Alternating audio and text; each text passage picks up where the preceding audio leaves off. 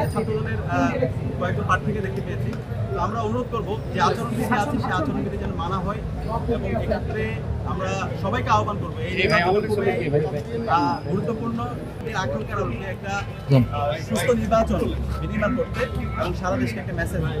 সেই জায়গায় আমরা অনুরোধ করবো সকল প্রার্থীদেরকে আপনারা দায়িত্বশীল আচরণ করুন, এবং নির্বাচন কমিশনকে অনুরোধ করবো যারা আচরণবিধি ভঙ্গ করছে তাদের বিরুদ্ধে ব্যবস্থা গ্রহণ করুন।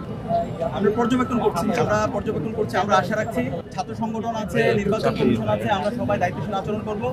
সকালে যেভাবে নির্বাচন শুরু হয়েছে আমরা আশা করব শেষ পর্যন্ত সবাই দায়িত্বশীল আচরণ করবে, এবং আমরা সামগ্রিক বিষয় পর্যবেক্ষণ করছি, আমরা আশা রাখছি সবাই দায়িত্বশীল আচরণ করবে। এই আচরণবিধিকে লঙ্ঘন করে কেউ আমাদের যে নির্বাচন কমিশন আছে তারা যদি কাউকে এক্সট্রা ফেসিলিটি প্রদান করে তখন তারা শিক্ষার্থীদের বিরুদ্ধে অবস্থান নেবে। আমরা চাই না শিক্ষার্থী বনাম ছাত্র এই ধরনের কোনো পজিশন তৈরি হোক।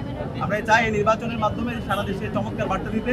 আমাদের যে আজকের গত 16 বছরে আমরা যে ভোটাধিকার দিতে পারি নাই, আমাদের যে গণতন্ত্রের আমাদের কোনো অধিকার ছিল না, সেই জায়গায় আমরা গণতন্ত্রের একটা স্থায়ী রূপের দিকে আমরা একটা পজিশনে যেতে চাই। আমরা আশা করছি ডাকসু নির্বাচনের মাধ্যমে সারা দেশকে সে বার্তা দিতে